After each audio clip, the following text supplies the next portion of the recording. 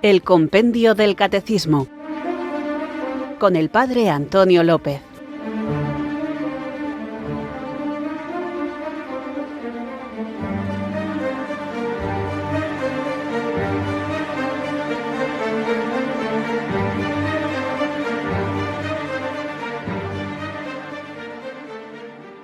Muy buenas, amantes, buscadores de la verdad. Recibid mi abrazo del Padre Antonio López desde Irurzun, en Navarra, los que aceptáis la invitación de Jesús a seguirle en esta apasionante aventura de madurar nuestra fe, enraizarla en la vida e irradiarla en el testimonio. Hoy vamos a concluir el capítulo 2 de la primera parte del Compendio del Catecismo dedicado a la divina revelación, y después de haber hablado de la tradición y haber dedicado varios programas a la Sagrada Escritura, hoy concluiremos este apartado dedicado a la palabra de Dios escrita. Es importante que la conozcamos, ya lo vamos a ver, y también que sepamos dar a la palabra de Dios escrita el lugar que merece, no solamente en la vida de la Iglesia a la que pertenecemos, sino también como individuos en nuestra propia vida personal, en nuestro crecimiento intelectual y sobre todo en nuestra vida de oración, que luego ha de ser llevada a la práctica, es decir, en nuestra conducta y en nuestro testimonio. El amor de Dios es el que le ha movido a revelársenos en la historia que quedó plasmada a través de su Iglesia en el canon de las Sagradas Escrituras, que consideramos como palabra viva de Dios. En ella, en la Escritura, encontramos ese amor de Dios que no acaba.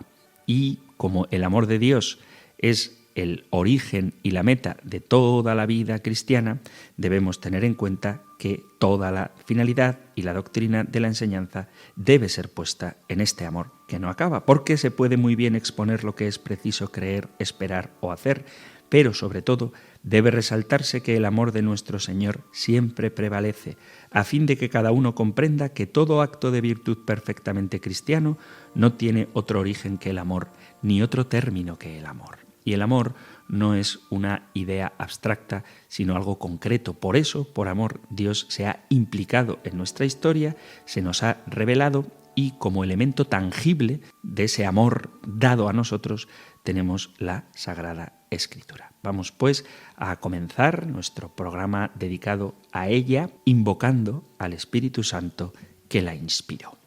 Pues tú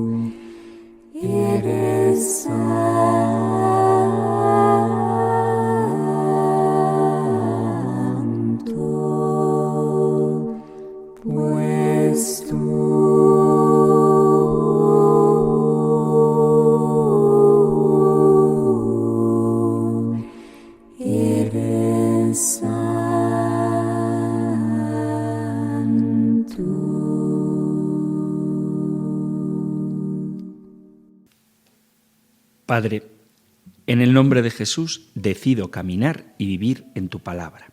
Tu deseo es que habite en mi corazón tu palabra y que esté lleno de sabiduría.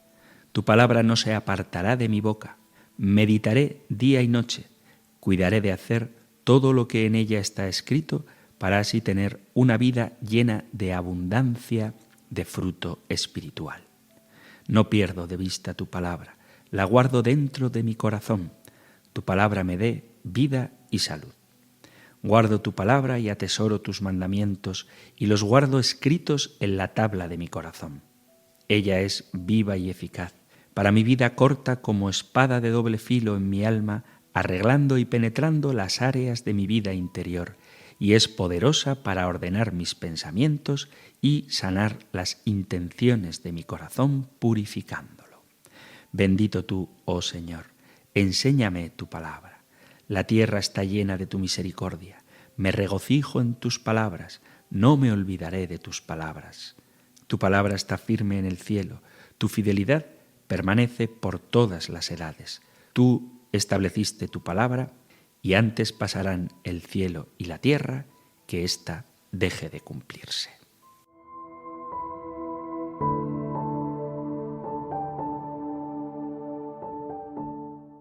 Pues tú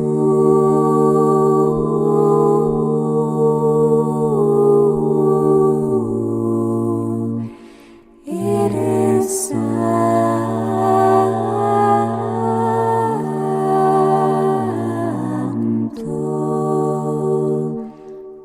pues tú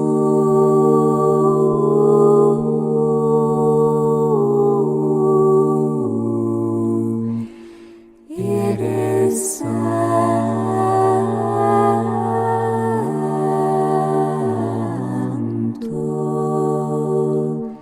pues tú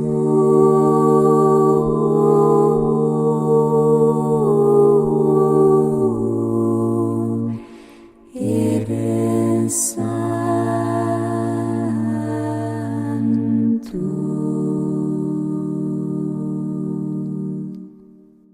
Llegamos hoy a la última de las preguntas que el compendio del Catecismo dedica a la Sagrada Escritura, aunque la palabra de Dios nos estará acompañando durante todos los programas porque lo que creemos se fundamenta en la revelación, tanto escrita, la Biblia, como en la Sagrada Tradición. Vamos pues hoy a ver la pregunta 24 del compendio del Catecismo. ¿Qué función tiene la Sagrada Escritura en la vida de la Iglesia? La Sagrada Escritura proporciona apoyo y vigor a la vida de la Iglesia. Para sus hijos es firmeza de la fe, alimento y manantial de vida espiritual. Es el alma de la teología y de la predicación pastoral.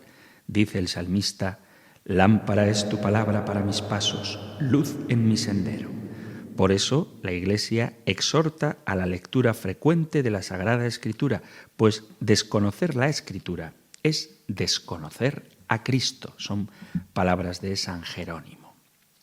Sabemos que la Biblia nace de la Iglesia y su expresión privilegiada es esta, y además la Biblia vuelve a la Iglesia, al pueblo de Dios, para edificarlo, alimentarlo, iluminar su camino hasta el final de los tiempos.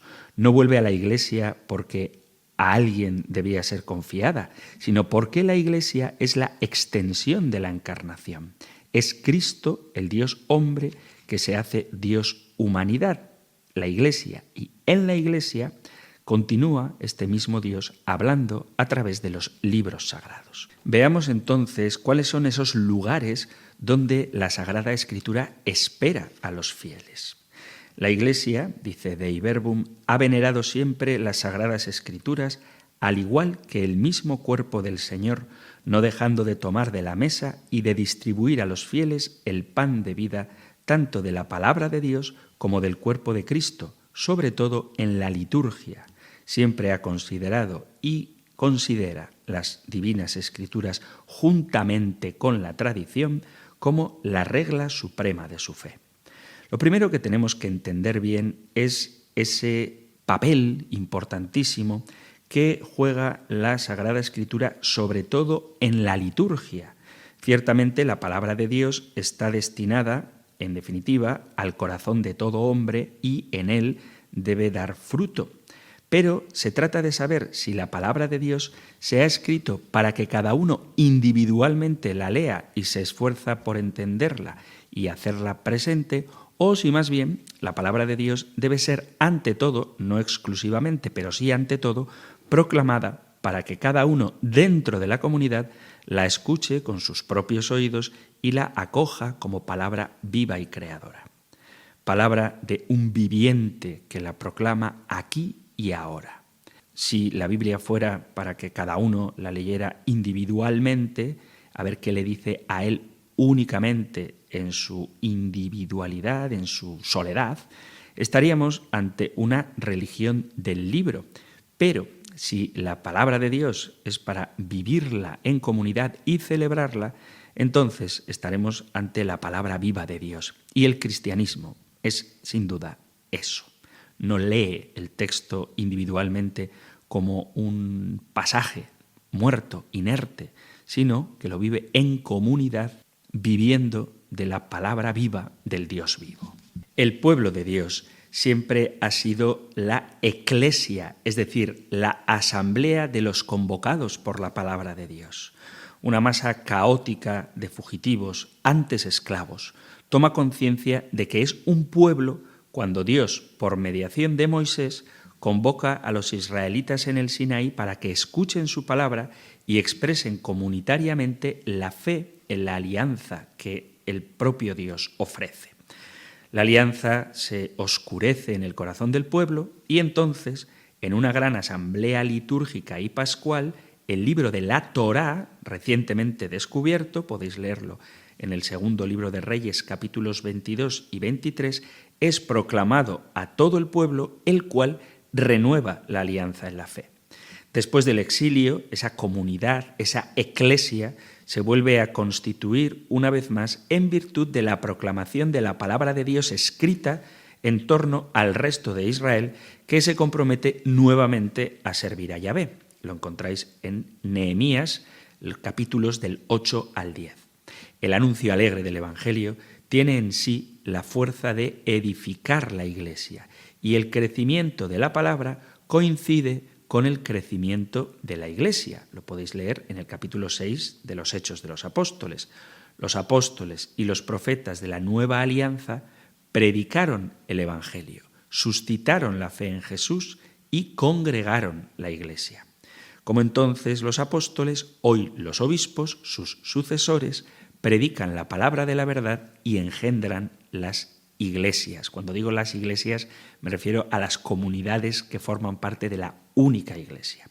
Pero la iglesia, edificada por la palabra, proclamada en las asambleas litúrgicas, es también el lugar en el que el cristiano se pone en contacto con la palabra de Dios viva y eficaz.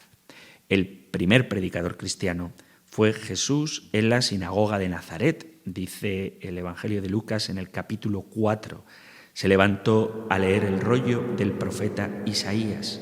Los ojos de todos estaban fijos en él y entonces comenzó a decir. Jesús es el primer predicador de la palabra y volvemos a encontrar este mismo esquema litúrgico en el Apocalipsis. Hay uno que lee y proclama la palabra de Dios escrita y están también otros muchos que escuchan las palabras de la profecía escrita para ponerla en práctica. El oír y el comprender la palabra para vivirla se encuentran de manera privilegiada en la asamblea litúrgica, porque Jesucristo resucitado y vivo está presente de modo especial en las acciones litúrgicas. Jesucristo preside en persona no solo la proclamación de la palabra, sino también el oírla y comprenderla por parte de los fieles. De hecho, es Él quien habla cuando en la Iglesia se lee la Escritura. Es también Él quien abre el corazón y la mente para comprender las Escrituras, igual que hizo con los discípulos de Emaús, que podéis leer en el capítulo 24 del Evangelio de San Lucas. Escuchar para vivir, comer para vivir, esta es la Eucaristía bíblica y cristiana, dice Isaías. Escuchadme y comeréis lo bueno, y os deleitaréis con manjares suculentos. Alargad la oreja y venid a mí, escuchadme y viviréis. Yo soy el pan de vida. El que viene a mí no tendrá hambre, y el que cree en mí no tendrá sed. Si uno come de este pan, vivirá eternamente, dice Jesús en el capítulo 6 de San Juan. Por lo tanto, hay un pan de la palabra, que dice Isaías, hay un alimento que entra por la oreja, literalmente alargad la oreja, dice Isaías, y hay otro pan que es el cuerpo de Cristo. El pan de vida, Jesucristo, es ofrecido a la vez en la fe y en el sacramento. En la mesa, tanto de la palabra de Dios como del cuerpo de Cristo, encontramos el alimento que nos sostiene en nuestra vida espiritual y nos da fuerzas para caminar hasta la eterna. Aquí la palabra se hace presencia del Dios vivo. La plena participación de los creyentes no es tanto la escucha de la palabra, sino la vida de la palabra. Además de la importancia que tiene la Sagrada Escritura en las celebraciones litúrgicas, de la que, como ya hemos visto, nace, porque los primeros textos bíblicos del Nuevo Testamento, antes de ser propiamente canonizados, se utilizaban en las asambleas, en las reuniones litúrgicas, la Biblia, la palabra de Dios escrita, debe estar presente en la predicación. Es necesario, cito Dei Verbum, que toda la predicación eclesiástica, como la misma religión cristiana, se nutra de la Sagrada Escritura y se rija por ella. También el ministerio de la palabra, esto es la predicación pastoral, la catequesis y toda la instrucción cristiana, en la que es preciso que ocupe un puesto privilegiado la homilía litúrgica, se nutre saludablemente y se vigoriza santamente con la palabra de la Escritura.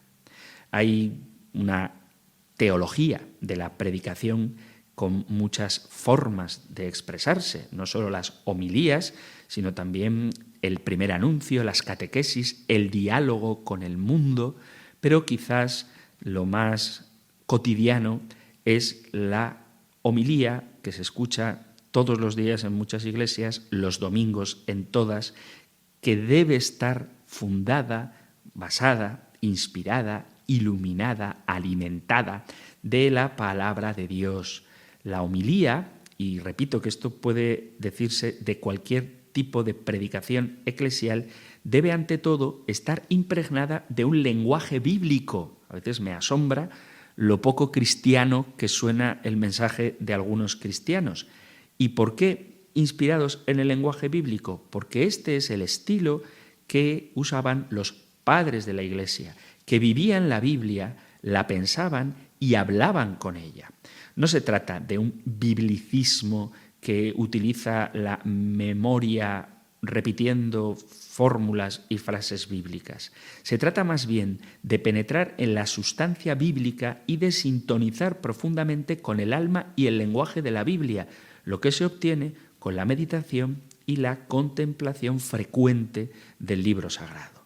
Solo entonces, como por instinto, la predicación saca de la palabra de Dios escrita las características del modo de hablar de Dios, un hablar que es interpersonal, que es un diálogo y que es también actual, concreto y creativo. Porque en los libros sagrados, el Padre que está en los cielos se dirige con amor a sus hijos y habla con ellos. La predicación cristiana debe, pues, ser un eco de aquel diálogo que es permanentemente actual. Un diálogo siempre ocurre entre personas. Cuando, por el contrario, la persona del predicador es extraña y ausente en su hablar, cuando habla al hombre en general, que no se interpela personalmente por la palabra de Dios en su existencia concreta y en su búsqueda de sentido, entonces no hay diálogo. Y la predicación resulta, como muchas veces se quejan los fieles y en vez de lamentarnos deberíamos hacer examen de conciencia los predicadores, en algo aburrido y soporífero, contradiciendo así no solo las leyes de la psicología y de la pedagogía de la palabra, que hay que tener en cuenta, sino también y sobre todo, y este es el drama, el acontecimiento mismo del Evangelio. El hablar de Dios en la Biblia ocurre en la historia y a través de la historia. No es una enunciación de verdades abstractas, sino proyecto de historia entre Dios y los hombres, una propuesta de vida lanzada al rostro concreto de personas concretas, de una comunidad determinada, comprometida en la historia de la salvación. El profeta Jonás no hizo su predicación de penitencia sobre las murallas de la ciudad de Nínive voceando palabras desde la periferia, sino que, como dice en el capítulo 3, comenzó a recorrer la ciudad durante un día de camino y predicaba. La predicación cristiana ha de penetrar en la esfera de la ciudad humana, de donde la vida saca su impulso. Se debería salir de la predicación confesando como la samaritana: Cristo me ha dicho todo lo que he hecho, lo que debo ser y lo que debo hacer. En Presbyterorum Ordinis podemos leer que la predicación sacerdotal, para mover mejor las almas de los oyentes, debe exponer la palabra de Dios no sólo de una forma general y abstracta, sino aplicando a circunstancias concretas de la vida la verdad perenne del Evangelio. Porque la palabra de Dios es viva y eficaz, es potencia de Dios para la salvación de todo el que cree, es palabra de reconciliación. Del mismo modo que la palabra de Dios hace que suceda lo que proclama, así también la predicación cristiana es acontecimiento eficaz y creativo con tal de que quien habla lo haga en palabras de Dios. Aquella experiencia de Pablo de cuál es la extraordinaria grandeza de la potencia de Dios para con todos los creyentes según la eficacia de su fuerza, está abierta a los predicadores de la palabra cuando su hablar, como el de la Biblia, es eminentemente vivo y dominador de la historia, compenetrado con los acontecimientos de la vida y con los problemas actuales. Una predicación debería estar pletórica, llena de entusiasmo y que no debe nunca dejar de lado, por más elocuente que un orador crea que es, la palabra de Dios. Además de la liturgia y la predicación, la Biblia es base de toda la teología. Dice, cito Dei Verbum, la Sagrada Teología se apoya como en cimiento perpetuo en la palabra escrita de Dios, al mismo tiempo que en la Sagrada Tradición, y con ella se robustece firmemente y se rejuvenece de continuo, investigando a la luz de la fe toda verdad contenida en el misterio de Cristo. Las Sagradas Escrituras contienen la palabra de Dios y, por ser inspiradas, son en verdad palabra de Dios. Por consiguiente, el estudio de la Sagrada Escritura ha de ser como el alma de la Sagrada Teología. La Sagrada Teología, pues, se apoya como en cimiento perpetuo en la palabra escrita de Dios. Y esto parece que es una obviedad, pero, por desgracia, no siempre se considera. Si pensamos que después de la experiencia de los santos padres que elaboraban la teología en el seno de los comentarios a la Sagrada Escritura y después la escolástica, como por ejemplo Santo Tomás, que mantuvo un contacto vivo con los libros sagrados, la teología contemporánea se encontró cada vez más apartada del dato bíblico, quizás, sobre todo en la época del Concilio de Trento, por la polémica de la sola escritura de los protestantes. En los manuales de teología sistemática de antes del concilio, la escritura quedaba más o menos reducida al rango auxiliar para probar ciertos asuntos dogmáticos, de modo que la Biblia corría el riesgo de quedar reducida a un compendio de proposiciones doctrinales ligadas a algún texto bíblico aislado. La línea progresiva de la revelación bíblica quedaba olvidada incluso en temas de peso teológico. La primacía de la palabra de Dios se oscurecía en una teología construida en buena medida sobre fundamentos no bíblicos. Cuando la teología, como es su deber, parte de la Biblia y se fundamenta sobre ella, se consolida vigorosamente y rejuvenece siempre, porque la divina revelación es iluminación de los hombres hasta la parusía, y al mismo tiempo no se puede nunca sondear ni expresar definitivamente la totalidad de su misterio. La teología, como ciencia de la revelación, viene a ser una continua lectura renovada de las Sagradas Escrituras, una hermenéutica sin fin de la palabra de Dios y de la viva tradición de toda la Iglesia. Para ser un proyecto vivo, la teología necesita de un alma. Por consiguiente, el estudio de la Sagrada Escritura ha de ser como el alma de la Sagrada Teología. Para ser coherente con la revelación bíblica, la teología debe ser más histórica. No se puede prescindir de la historia de la salvación si queremos profundizar en el misterio de Dios que se nos ha revelado a través de ella. Benedicto XVI insistía en que cuando la teología no es esencialmente interpretación de la Escritura en la Iglesia, esta teología ya no tiene fundamento. La teología debería ser conforme a las Escrituras en su totalidad y las Escrituras deberían sostener y acompañar todo trabajo teológico, porque la teología se interesa por la verdad del Evangelio y puede conocer esa verdad solamente si investiga su testimonio normativo en el canon de la Sagrada Escritura. Haciendo esto, pone en relación las palabras humanas de la Biblia con la palabra de Dios viva. Los exegetas católicos no deben jamás olvidar que lo que ellos interpretan es la palabra de Dios. El objeto de su trabajo no se alcanza más que cuando han iluminado el sentido del texto bíblico como palabra actual de Dios. La tarea de la exégesis es determinar qué es lo que Dios ha querido comunicarnos. Para comprender y explicar el significado de los textos bíblicos se debe hacer ciertamente uso de los métodos literarios, históricos y filológicos apropiados con el fin de aclarar y entender la Sagrada Escritura en su propio contexto y período. De ese modo, la historicidad de la revelación se tiene metodológicamente en cuenta. Hay una necesidad de prestar atención a las formas literarias, porque la verdad se pone y expresa de una u otra forma en los textos históricos, en sus diversas modalidades, proféticos o poéticos o en otra clase de discurso.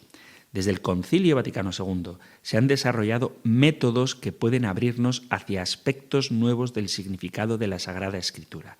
No obstante, hay que mantener siempre la dimensión divina de la Biblia y conseguir una interpretación teologal de esta.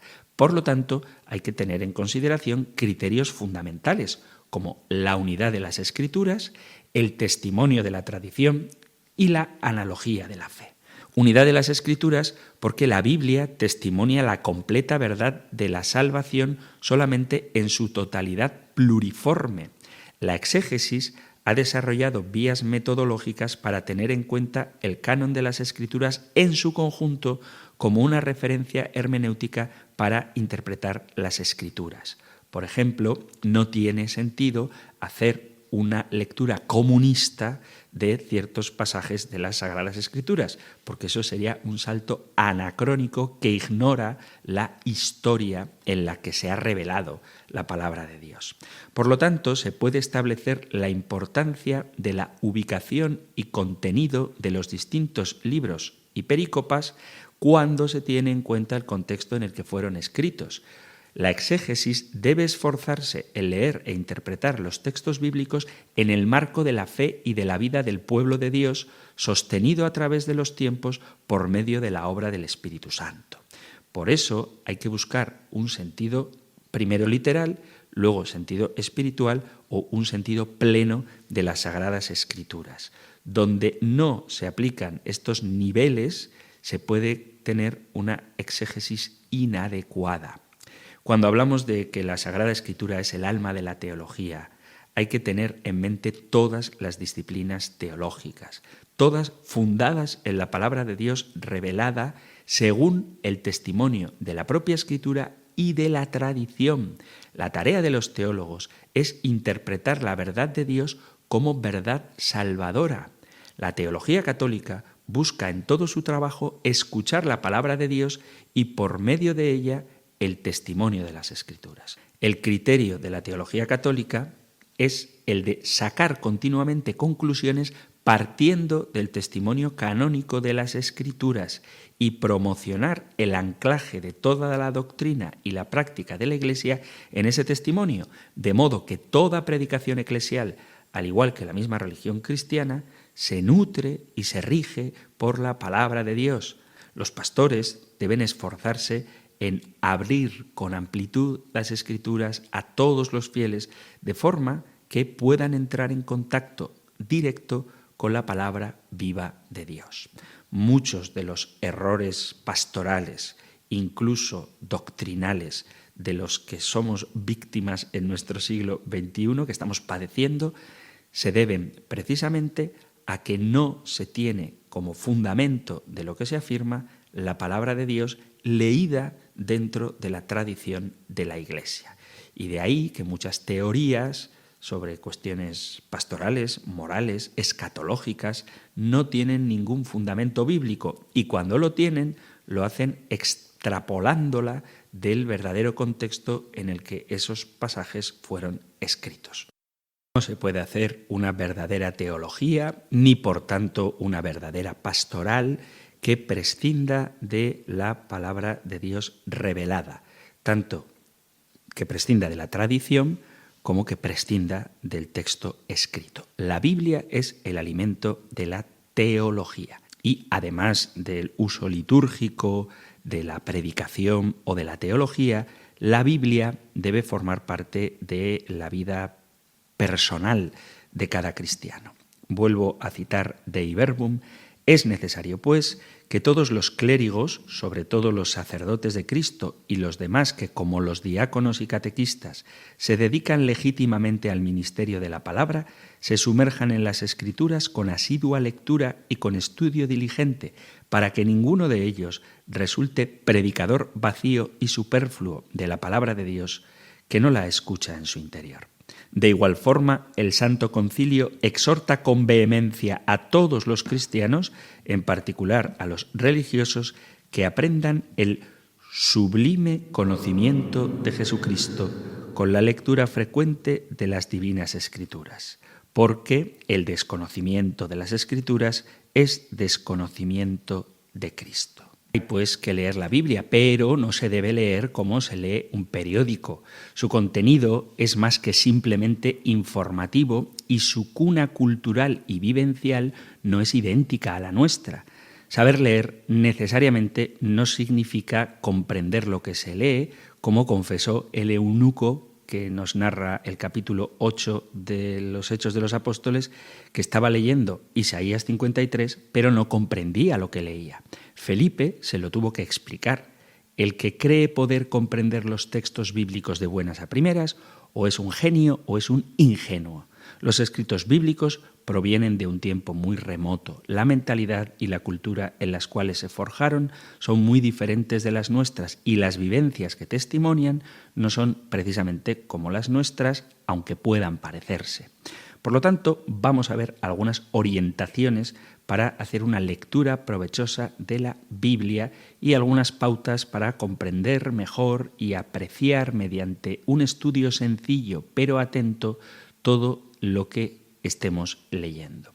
La Biblia ciertamente es palabra de Dios, pero es palabra de Dios en palabras de hombre de un determinado tiempo y con un limitado horizonte conceptual. La necesidad de una orientación para leer la Biblia personalmente nace de la naturaleza misma de los escritos bíblicos. La Biblia no es el único libro para el cual sea necesaria una orientación a la hora de comprenderle. Eso pasa incluso con autores contemporáneos. Es decir, si tú lees, yo qué sé, algún poeta moderno, de estos que tienen mucho éxito, si no conoces el contexto y el lenguaje de lo que está queriendo expresar, no vas a entender todo lo que él quiere decir. Bueno, pues si esto se aplica a los autores contemporáneos, cuánto más a la palabra de Dios. Pero antes hacemos una pausa musical y vemos, como digo, algunas pautas para una lectura provechosa de las Sagradas Escrituras.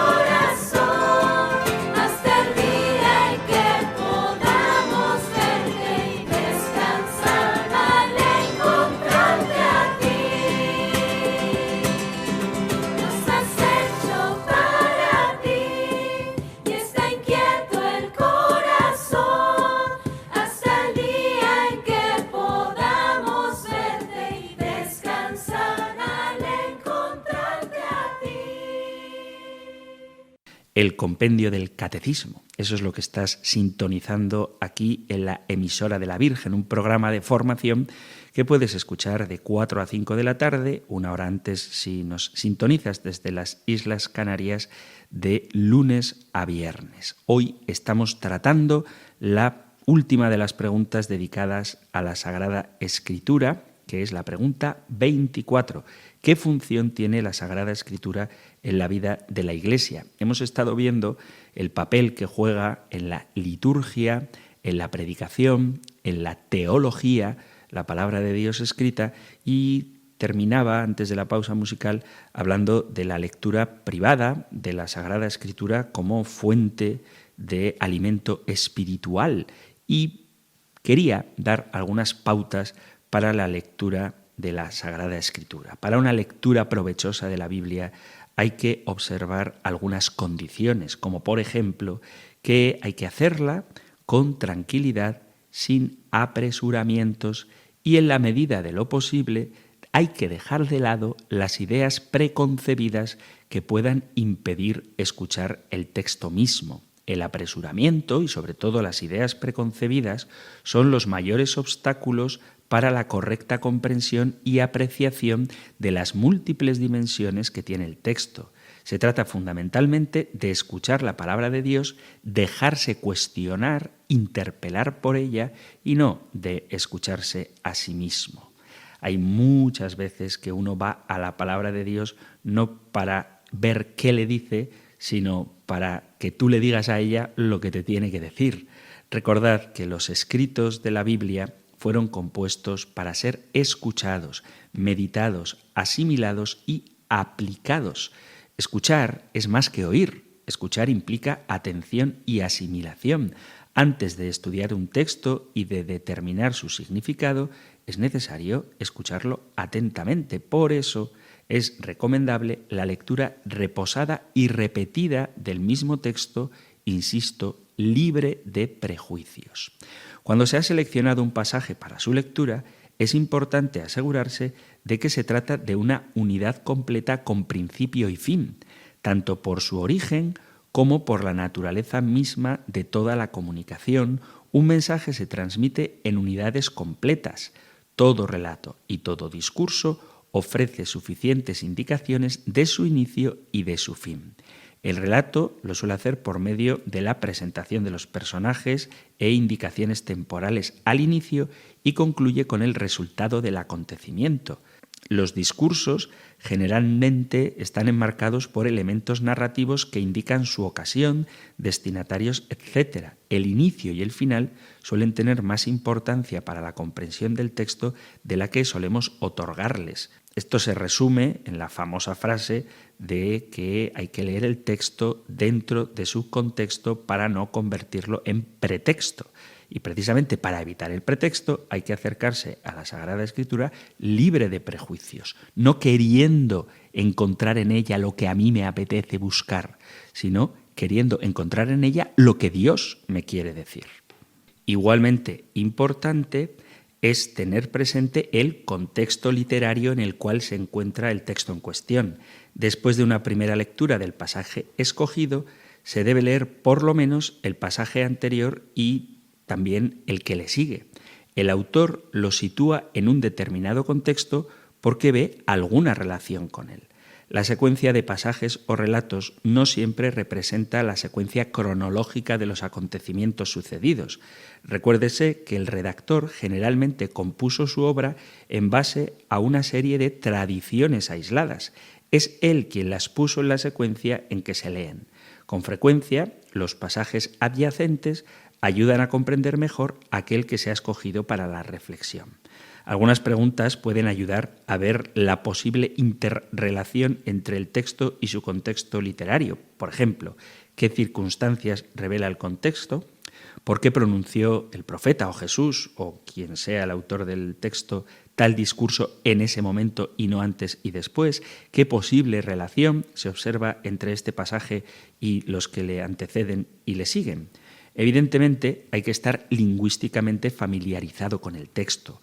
Como sucede con todo pasaje, es necesario comprender el lenguaje empleado, sus giros, expresiones lingüísticas, su estructura gramatical. Los mismos términos empleados en tiempos bíblicos y hoy pueden tener significados diferentes. Cuando no se conoce tal o cual expresión, lo lógico sería recurrir a un diccionario o a algún tipo de ayuda. Si bien esto es obvio, sorprendentemente, pocas veces se tiene en cuenta. Por ejemplo, términos como paz, justicia o verdad no significan lo mismo en tiempos bíblicos que hoy. Si bien metodológicamente se pueden distinguir dos momentos en la compenetración con un texto, en realidad estos no son hermética y exclusivamente separables. La consideración del texto en sí mismo y la relación del texto con el lector están vinculados. Para empezar, la atención debe estar centrada en el texto mismo, dejando que hable por sí mismo. Para ello es de suma importancia la familiaridad con el género literario, porque nos da una primera idea de lo que podemos esperar con ese mensaje. Estamos ante una historia en el sentido histórico, o estamos ante otro tipo de texto. ¿Es su propósito informar o lo que pretende es exhortar? Género literario es inseparable del propósito y del mensaje. El uno es medio de expresión del otro. Antes de que se pretenda afirmar que se comprende un texto, es necesario conocer cómo se expresa. Lamentablemente, esto se suele olvidar o se suele ignorar, como es obvio, por ejemplo, en el caso del Apocalipsis, o cuando los relatos se leen como historietas y los discursos como tratados doctrinales. Además, es necesario respetar el texto tal y como se encuentra, sin añadirle, aunque sea mentalmente, elementos que no contienen, por ejemplo, historizando o psicologizando, creando inconscientemente un relato o un discurso nuevo. Antes de caer en la tentación de brincar a la conclusión de lo que supuestamente el texto tiene como mensaje para mí, es necesario que trate de determinar primero cuál fue el mensaje que tuvo para su auditorio original, que no era yo. Y segundo, cuál era el punto de vista del relator, no sea que yo le proyecte mi punto de vista y termine escuchando mi propio mensaje y no el del texto bíblico. Para eso ayuda a preguntar qué estaba subrayando el redactor, a qué circunstancias estaba respondiendo, qué es lo que quiso comunicar con su mensaje y por qué está relatado de esta manera y no de otra. Poneros un ejemplo. Si cuando Jesús dice que las prostitutas y publicanos nos llevan la delantera en el reino de los cielos, ignoramos el contexto de confrontación con los fariseos, llegaremos a una conclusión que ciertamente Jesús no quería transmitir. Entonces, para comprender bien ese texto, hay que comprender el contexto, a quién se está dirigiendo Jesús y en medio de qué, en este caso, polémica. La lectura del texto bíblico debe conducir a un diálogo con él, que en el fondo es un diálogo entre dos mundos, el del texto y el mío. Este diálogo lo debe iniciar el texto y no yo, porque es Dios el que me habla a través de él y me invita a reflexionar y responder. Por eso, el lector de la Biblia debe asumir una posición de escucha, puesto que inevitablemente tendemos a partir de nuestra propia vivencia personal, de nuestras experiencias, es necesario tomar cierta distancia de ellas, porque de lo contrario, el texto no tendrá la ocasión de decirme algo nuevo, de cuestionarme, de iluminarme, de abrirme nuevos caminos y terminaré escuchando lo que yo ya sé o lo que yo deseo escuchar. Y esto convertiría la Sagrada Escritura en un soporte ideológico. Y está demostrado que a la Biblia se le puede hacer decir prácticamente cualquier cosa, queriendo basar nuestros prejuicios ideológicos en vez de querer escuchar la palabra de Dios. En ese diálogo con el texto hay que saber respetar la distancia histórico-cultural, la situación y el mundo en el que se forjó ese texto y al cual se dirigía no son idénticos a los míos. No fue escrito ayer directamente para mí y desde luego yo no soy el redactor. Es necesario ser conscientes de que la Biblia no es un recetario, un compendio de doctrinas o un conjunto de historias destinadas a satisfacer la mente o a fijar un código ético. Los relatos bíblicos no son fábulas con moraleja ni discursos reductibles a doctrinas. Los relatos bíblicos y los discursos están enmarcados en relatos, son palabra de Dios que interpela, cuestiona, orienta, invitando al lector a poner su fe en Dios y a purificarla. El texto bíblico se lee desde la fe. Por eso yo no le veo mucho sentido cuando hay una discusión entre un ateo y un creyente y el creyente le dice, lee la Biblia. Sí, la Biblia está muy bien que la lea, pero la Biblia se lee desde la fe. No es que con leer la Biblia automáticamente vaya a entrarte la fe en el Señor. Es verdad que Él puede hacer lo que quiera, que para eso es Dios, pero no es el camino ordinario. El texto bíblico debe ser leído y releído desde la fe, dejándose involucrar en él, de modo que en la medida de lo posible el lector pueda sentirse absorbido por lo que lee, compenetrándose con su mensaje. Es entonces que el texto empieza a hablar y a tocar la vida. La relectura suele poner al descubierto aspectos que no habíamos visto en una primera lectura. La lectura meditativa nos ayudará a apreciar el texto, a comprenderlo con su mensaje, en la comprensión del contexto en el que brotó el texto y a la situación a la que respondía. Y eventualmente en la toma de conciencia de que entre este texto antiguo y mi situación sí hay una relación, que el mensaje del texto sí tiene algo que aportar a mi vida, que Dios sí me habla en él y me orienta. Los escritos bíblicos fueron compuestos desde la fe y desde la vida comunitaria. Para poder captar el mensaje de un texto bíblico en su profundidad, hay que ponerse en sintonía con él. Fue escrito desde la fe en Dios y será desde ella que se comprenderá plenamente. Esto significa que hay que asumir una actitud de apertura, humildad y disponibilidad en la escucha y en el cambio, es decir, en la conversión. Los escritos bíblicos son testimonios de vivencias de fe, de respuestas a las exhortaciones, llamadas e invitaciones de Dios en circunstancias concretas. Solo si se asumen las actitudes de fe, a partir de las cuales fueron escritos los testimonios bíblicos, se podrán comprender y estos hablarán al corazón del hombre. Por eso afirmamos que es palabra de Dios, puesto que los escritos de la Biblia testimonian vivencias comunitarias y fueron compuestos para la comunidad de la cual surgieron, la lectura en grupo debe ser algo que debemos promocionar. El intercambio dentro de un grupo sobre las impresiones, observaciones, interrogantes, cuestionamientos sobre lo que el texto que se está leyendo va comunicando a diversas personas es mucho más enriquecedor que la lectura individual. La palabra de Dios interpela y exige una respuesta del hombre, y esa respuesta del hombre es lo que dice Santiago: llevad a la práctica la palabra y no os limitéis a escucharla. Carta de Santiago, capítulo 1, versículo 22. Esto con respecto a la lectura de la Biblia. Pero con respecto al estudio de la Biblia, hay que dejar claro que no es un conjunto de escritos destinados a un grupo selecto y exclusivo de personas o para el monopolio de los estudiosos, sino para todos los hombres de buena voluntad.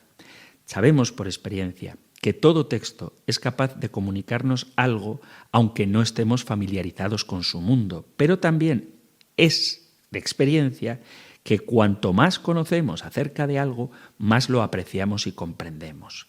Y esto es cierto en muchos campos, no solo el de la Sagrada Escritura.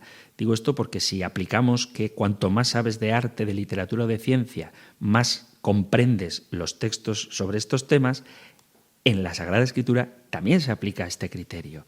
La necesidad de estudio es propia de quien ama la Escritura. No solo leerla, sino también estudiarla. La comprensión es un esfuerzo intelectual y se da solo si hay sintonía entre el emisor y el receptor, entre el que habla y el que escribe, entre el que escucha y lee, entre Dios, que se revela, y el hombre que responde a su revelación. El estudio de un texto es ciertamente de carácter intelectual y tiene que guiarse por datos objetivos y probados. El estudio de los textos bíblicos es necesario para comprenderlos a partir de su origen histórico, y hacer esto ampliará nuestro horizonte, enriquecerá nuestra apreciación y posibilitará la correcta interpretación del pasaje en cuestión. El estudio de la Biblia se justifica porque es literatura escrita por hombres concretos y porque tiene su origen en un mundo y contexto bastante lejano del nuestro. La Biblia no solo hay que leerla, sino hay que estudiarla, entre otras cosas, para evitar el fundamentalismo bíblico, que está muy presente en nuestra sociedad, en nuestra cultura, fuera de la Iglesia católica. Admite la Biblia como única autoridad para sus doctrinas y costumbres. Afirma la autoridad exclusiva de la Biblia, sosteniendo que es palabra de Dios en el sentido estricto del término, libre de todo error y de todo condicionamiento. Para el fundamentalista, Biblia, revelación y palabra de Dios son sinónimos. Pero si algo quisiera que haya quedado claro de estos programas dedicados a la revelación, es que no es sinónimo revelación, palabra de Dios o Biblia. La revelación es todo lo que Dios ha querido manifestar al hombre a propósito de su ser y sobre todo de su plan salvador, que no está todo solo en la Biblia, sino que Dios ha intervenido en la historia, y eso es lo que nosotros llamamos tradición. La palabra de Dios es todo lo que Dios ha querido comunicar al hombre, y la Biblia es esa revelación y esa palabra puesta por escrito, pero que no se reduce únicamente al compendio de libros que hoy llamamos Biblia, sino que Dios se revela a través de su Espíritu Santo en su Iglesia, que por cierto es ella la que nos ha dado lo que hoy llamamos Sagradas Escrituras, y que quiero insistir, cuando hablamos de palabra de Dios o de revelación, nos referimos a algo más amplio que simplemente el texto escrito. Espero sinceramente que haya quedado claro lo que en la Iglesia entendemos como revelación o como palabra de Dios o como Biblia. Son términos muy parecidos, pero no son exactamente sinónimos. ¿Cómo que no? Pues si no ha quedado claro, puedes preguntar, o te animo a que escuches los programas dedicados a la tradición y de manera particular los programas dedicados a la composición del canon bíblico. Pero repito, si hay alguna cuestión en concreto que te haya quedado un poco oscura, para eso Radio María tiene a disposición de todos los oyentes 2 vías con las que podéis comunicaros con este programa y enviar vuestras preguntas, comentarios, sugerencias, discrepancias. Si creéis que en algo no he sido preciso o incluso me he equivocado, estaré encantado de explicarme mejor o de corregirme si es que ciertamente he dicho algo inadecuado. Los medios son, sabéis, el correo electrónico compendio@radiomaria.es, compendio@radiomaria.es, o el número de teléfono para WhatsApp 668 594 383, 668 594 383 o compendio@radiomaria.es. Terminamos ahora recibiendo la bendición del Señor. El Señor te bendiga y te guarde, el Señor ilumine su rostro sobre ti y te conceda su favor, el Señor te muestre su rostro y te conceda la paz. Pidiendo a Dios Padre la plenitud del Espíritu Santo y de la mano de María, Madre del Hijo, os emplazo hasta un nuevo programa del Compendio del Catecismo. Muchísimas gracias y que Dios os bendiga.